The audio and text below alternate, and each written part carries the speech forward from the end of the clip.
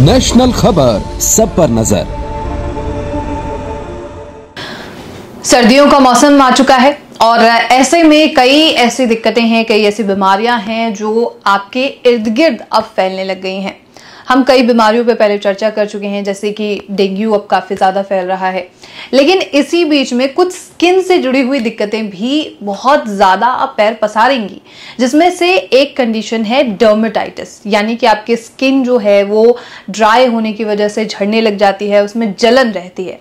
और आज हम डर्मेटाइटिस के बारे में ही बात करने वाले हैं कि आखिर ये क्या बीमारी है या क्या इशू है, और क्या आप किसी को अगर टच करते हैं तो वो आपके साथ या आपको भी हो सकती है।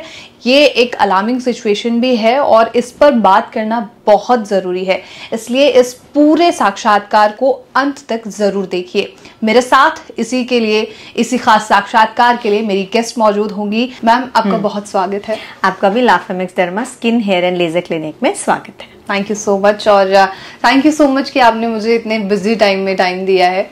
It's my pleasure also, because मुझे भी मौका मिलता है कि कुछ मैं जानकारी दे पाऊँ। बिल्कुल बिल्कुल, एंड इट्स आवर प्लेजर कि हम आपसे बात कर पाएँ। कई नई चीज़ें निकल के आती हैं और इसी कड़ी में डर्मेटाइटिस पर हम बात कर रहे हैं, और आपसे एक अच्छा और डर्मेटोलॉजिस्ट क्या बता सकता है। सो डर्मेटोलॉजिस्ट जिस तरीके से आप हैं और आप लगातार पेशेंट्स को भी हैंडल करते हैं, तो ये डर्मेटाइटिस क्या इशू है, इस पर जरा हम बात करें। देखिए, बड़ा सिंपल सा वर्ड छोटा है, डर्मेटाइटिस। बिल्कुल। Derm means skin, itis means inflammation. Okay. So if there is a skin inflammation due to any cause, किसी भी कारण से, चाहे वो एक्सटर्नल फैक्टर है या इंटरनल फैक्टर है, ठीक है, उसको हम डर्मेटाइटिस बोलते हैं। और ये एक्जिमा से थोड़ा सा हटके, थोड़ा कंफ्यूजिंग भी है। Okay, so what is the difference between eczema? Basically eczema और डर्मेटाइटिस जो इन्फ्लेमेशन है, एक्जिमा में जो ऊजिंग हो रही है, ऑलमोस्ट मिक्स है, ठीक है, अगर आप कहें। लेकिन कई बार जो एक्जिमा रहता है उसमें क्रॉनिक कंडीशन में भी कन्वर्ट हो जाता है। तो उसमें लाइक्निफिकेशन, पिगमेंटेशन और क्रॉनिसिटी ज़्यादा देखी जाती है। With is dermatitis if become chronic looks like eczema, okay, but shortly it's like immediate inflammation on the skin because of any particular cause. Okay, so is there any types of dermatitis?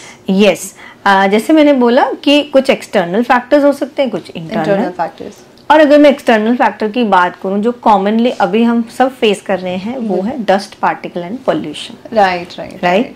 तो उसके कारण अगर आपकी skin, और because dryness बढ़ गई है, dryness के कारण कई बार स्किन में बैरियर हमारा डिस्टर्ब हो जाता है जी। तो इन्फ्लेमेशन बहुत जल्दी हो गया है। तो ड्राइनेस है प्लस डस्ट पार्टिकल्स भी हैं, तो आपके बैरियर को डिस्टर्ब करेंगे, तो आपकी स्किन इन्फ्लेमेशन काफी जल्दी हो जाएगी।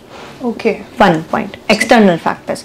दूसरा, अगर एक्सेसिव सन एक्सपोजर है तो उससे फोटोडर्मेटाइटिस हो सकता है। ओके, फोटोडर्मेटाइटिस।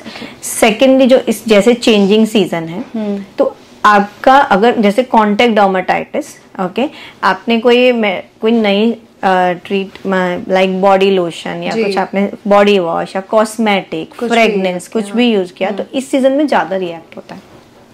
ओके, तो ये दो तरह का हो सकता है। जैसे एलर्जिक इरिटेंट कॉन्टेक्ट डर्मेटाइटिस, तो वो इमिडिएटली भी हो सकता है, और कई बार आप रेगुलर उसको यूज कर रहे हैं तो वो थोड़ा देर में भी आपको दिख सकता है। तो लाइक कॉन्टेक्ट डर्मेटाइटिस और एलर्जिक इरिटेंट डर्मेटाइटिस भी हम इसको बोलते हैं। तो these are mainly external factors because of application. And very common which is coming जो मेरे माइंड में is a hair dye.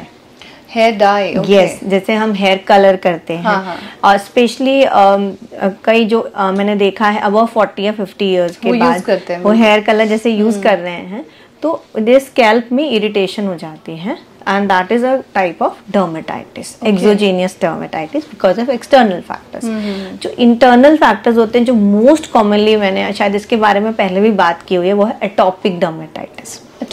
Yes, सो इसमें 3 कंडीशन देखिए, अस्थमा, स्नीजिंग जो इस सीजन में काफी छींकना होता है, हाँ, अस्थमा, और स्किन में इन्फ्लेमेशन, इसको ट्राइड बोलते हैं, ट्राइड ऑफ एटोपिक। और एटोपिक का मतलब है you are prone for such since birth. मतलब आपको हो सकती है, ये बचपन से ही आपके अंदर लक्षण है। आप उस तरह के IgE लेवल, मतलब आपको एलर्जिक कंपोनेंट ज्यादा बनते हैं। और इस सीजन में जैसे चेंजिंग सीजन है या कोल्ड विंड अगर आपको लग जाती है तो आप जल्दी से छींकने लगते हो, स्किन ड्राई हो जाती है। ओके, एंड कभी कभी पेशेंट को इतना ज्यादा स्किन है, वो नोज ब्रीदिंग का प्रॉब्लम होता है कि अस्थमा भी उनमें काफी कॉमनली देखा जाता है। एक एटॉपिक डर्मेटाइटिस बोलते हैं। एक होता है सेबोरिक डर्मेटाइटिस। बेसिकली डैंड्रफ इस सीजन में कई लोग ज्यादा बढ़ जाता है। बिल्कुल। ओके, आजकल मेरे पास बहुत पेशेंट डैंड्रफ के। सिर्फ डैंड्रफ एक नॉर्मल डैंड्रफ है, प्लस अगर उसके साथ साथ इन्फ्लेमेशन हो गई है स्किन में बिकॉज ऑफ डैंड्रफ, ये ज्यादातर ऑयली एरिया में देखा जाता है, तो हम उसको सेबोरिक डर्मेटाइटिस बोलते हैं। इसमें इन्फेंट भी आते हैं, मतलब बच्चों को भी हो सकता है और अडल्ट को भी हो सकता है। तो this is again an endogenous cause है ये। ओके, इंटरनल कॉज है। एंड मोटा मोटा और अगर मैं देखूं तो न्यूट्रिशनल फैक्टर, अगर आपको विटामिन डेफिशिएंसीज हैं तो स्किन में काफी तरह के इन्फ्लेमेशन हो सकते हैं। सो लाइफस्टाइल भी आपका इसका काफी मैटर करता है। तो these are the different cause. Okay, external भी है और इंटरनल के भी कॉजेज हो सकते हैं। तो जैसे हम इसके लक्षणों के बारे में बात कर रहे हैं, तो वो लक्षण क्या हो सकते हैं? तो क्लिनिकल फीचर्स जैसे आप मुझे बोलते हैं, मैं इसको दो में डिवाइड करूंगी। एक होता है एक्यूट कंडीशन। एक्यूट में क्या होगा, पेशेंट को first and foremost itching, redness and dryness. Dry because of winter season बढ़ गया है, starting with itching and redness. Okay, they 3 symptoms बहुत कॉमन है। अगर आपको ये तीनों सिम्टम्स हैं तो that might be your approaching towards dermatitis. साथ साथ अगर आपने उस समय उसको नहीं ट्रीट किया तो वो थोड़ा सा बढ़ जाता है, उसमें थोड़ा सा कभी ब्लिस्टर्स भी हो सकते हैं, पानी भी आ रहा होता है, ऊजिंग बोलते हैं। सो ये एक्यूट कंडीशन है। समटाइम्स आपने ट्रीट किया, आपने नहीं ट्रीट किया, या वो अपने आप ही किसी कारण थोड़ा सा इम्प्रूव हो गया, आपने कोई भी मेडिसिन लगा ली। मेडिसिन में सवाल आपसे पूछने वाले थे कि लगातार मतलब जैसे ड्राइनेस हो गई या फिर कोई और इशू होता है तो लोग कहते हैं मॉइस्चराइजर किसी भी तरीके का आप अप्लाई कर लीजिए। सो ये चीज ठीक है कि कोई भी आप मॉइस्चराइजर यूज नहीं, बिल्कुल नहीं। स्पेशली अगर डर्मेटाइटिस है तो मॉइस्चराइजर आपको रिलीफ जरूर देगा, और बहुत ज्यादा कॉमनली लोग कोकोनट ऑयल लगाते हैं, which is a good part, but वो टेम्पररी रिलीफ है। ओके, डिस्टर्बेंस आपकी बैरियर में है, प्लस उससे ऑलरेडी एक स्किन इन्फ्लेमेशन जनरेट हो चुका है, तो मॉइस्चराइजर सूदिंग इफेक्ट देगा, उसको कंप्लीटली क्योर नहीं करेगा। तो डेफिनेटली विद टाइम अगर आप उसको नहीं क्या करते हैं तो वहाँ पर स्किन थिक भी हो जाती है, उसको लाइक्निफिकेशन बोलते हैं, then it becomes more like an eczema. Okay, chronic condition, and कभी कभी पिगमेंटेशन भी हो जाता है, और हाइपर केरेटोसिस, लाइक स्किन वहाँ से थिक भी हो जाती है।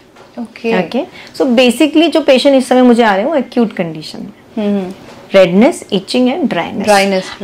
सो कॉमन साइट भी है जो मैंने देखा है, दैट इज पेरी ऑर्बिटल, आंखों के चारों तरफ काफी कॉमन है। मतलब एक आंखों के चारों तरफ ज्यादा है, एंड अराउंड द माउथ ये हमारा एरिया काफी इजीली ड्राई अप हो जाता है, तो बहुत ज्यादा dermatitis, hand dermatitis very common. Okay, जो इस सीजन में देखेंगे आप। इनफैक्ट कई बार बच्चों में जैसे होता है जुवेनाइल पामोप्लांटर डर्मेटाइटिस भी होता है, जिसमें हैंड्स एंड फीट में ही स्किन पील ऑफ हो रही है, स्पेशली दिस सीजन में। विंटर्स समर्स में बिकॉज ऑफ स्वेटिंग होता है, दैट इज पॉम्फोलिक्स, बट अगर सीजन तो हम उसे बोलते हैं जुवेनाइल पामोप्लांटर डर्मेटाइटिस, तो काफी कॉमन है। So these are all different common sites जहां पर इस समय में आपको डर्मेटाइटिस दिखता है।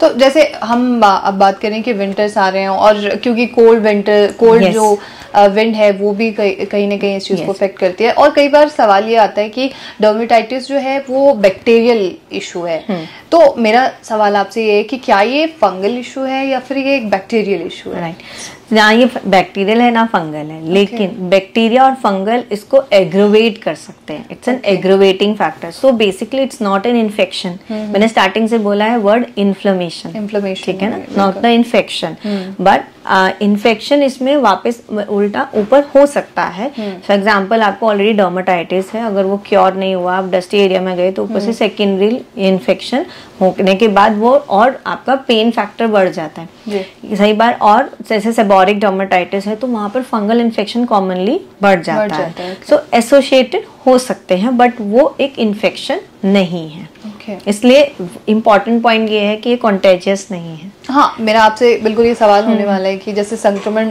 बढ़ जाता है और कुछ कभी कभी ये भी सोचा जाता है कि अगर स्किन किसी की झड़ रही है तो उन्हें टच मत करो, बिल्कुल, वो आपको भी हो सकता है। right. Is it contagious? It is not at all contagious because ये आपकी स्किन में इन्फ्लेमेशन है, ये कोई इन्फेक्शन आपने कहीं से कैरी नहीं किया है। Okay. और अगर इसके ट्रीटमेंट की बात करें तो what is the treatment? So basically जो इन क्लिनिक ट्रीटमेंट होता है पेशेंट को मॉइस्चराइजर, लेकिन depending on the type of dermatitis we decide on moisturiser, ना कि सिंपल कोकोनट ऑयल या कोई भी मॉइस्चराइजर, वैसलीन है Lakme. Then second healing cream, okay, जो आपकी इन्फ्लेमेशन को कम करेगा, जो हम 2 वीक्स तक देते हैं, followed by application of moisturiser only. यानी itching is there, we give antihistaminics for mild relief. अगर टॉपिकल एप्लीकेशन से फर्क नहीं पड़ रहा है, then we give some oral tablets for some time. Okay, and so इसको वो अगर प्रॉपरली फॉलो करते हैं, in 2 weeks the patient is completely cure. ओके, मतलब सिर्फ 2 हफ्ते में नहीं, ट्रीटेबल है। We should know the cause. अगर कॉन्टेक्ट इरिटेंट या एलर्जिक डर्मेटाइटिस है तो विच लाइक अगर आपने कोई निकल से है, कोई ज्वेलरी आर्टिफिशियल ज्वेलरी से है, तो उससे रिलीफ मिल जाता है। ओके, जैसे आपने बताया कि आर्टिफिशियल ज्वेलरी से या तो कुछ जो इंटरनल इशू है, 2 टाइप्स के आपने बताया, एक्सटर्नल एंड इंटरनल। तो क्या दोनों का ट्रीटमेंट ही एक तरीके से होता है या अलग अलग होता है? Ultimately whatever the reason is, there is an inflammation, right. So we treat the cause along with the inflammation. Okay, and what about the home remedies? Actually, I should not ask this to a dermatologist, but just because कि कुछ लोग ऐसे हैं जो home remedies को अपनाना चाहते हैं, तो is there any home remedy or घर पे I should say instead of home remedies, the word should be what lifestyle modification we should do if we are prone for dermatitis. Okay. So what kind of changes we can do? So whenever the winters are approaching or a season is changing, focus on the type of moisturizer the doctor is going to have already prescribed you, or if you see a initial symptoms, go immediately and ask a dermatologist. Okay. So very important is application of a moisturizer and which moisturizer matters. Let me tell you. So you have to be very judicious when you're choosing a moisturizer. But application is also a must. It's not that if you don't have moisturizer, you don't put anything. Right. Then at least put the coconut oil or a moisturizer which you have at home. Okay. Till you see a dermatologist.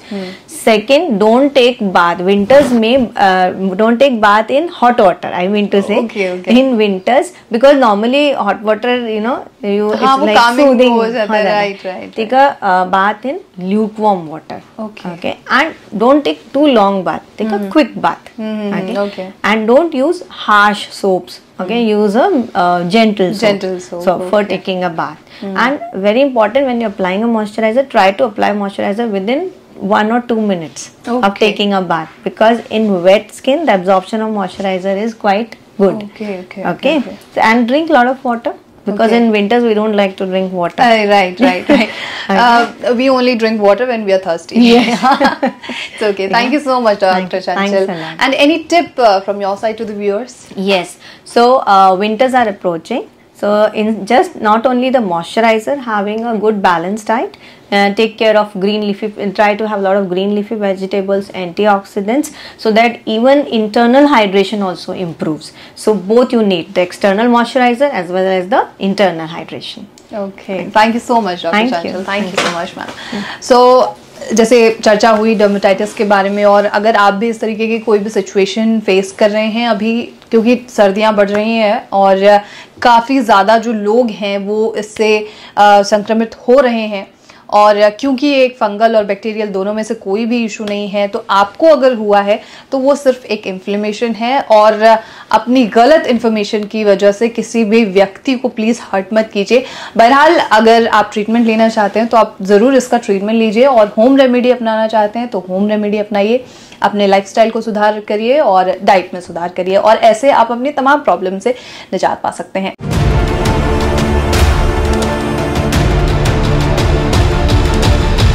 National खबर, सब पर नजर।